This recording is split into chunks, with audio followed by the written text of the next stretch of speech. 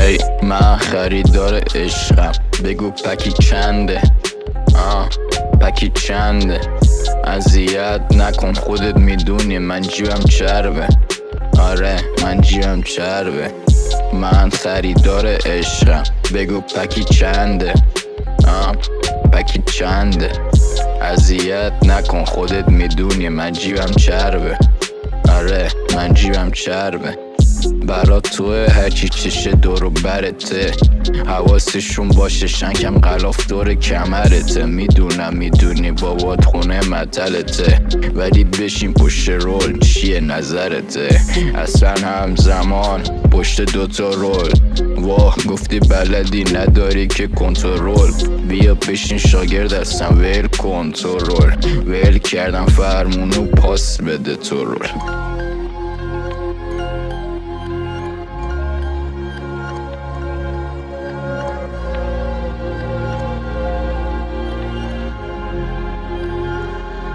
ای من خریدار عشقم، بگو پکی چنده؟ پکی چنده؟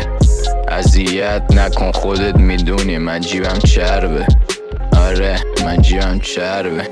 من خریدار عشقم، بگو پکی چنده؟ پکی چنده؟ اذیت نکن، خودت میدونی من جیبم چربه. آره من جیبم چربه.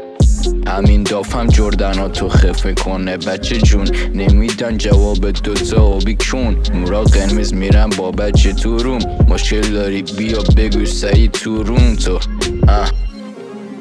بگو خوردم میافتی سری تو روش، امثالت بردن میذاریم واسه فروش. نه با لشگری نه زاده کسی، شاقی فکر نکن شدی سروش.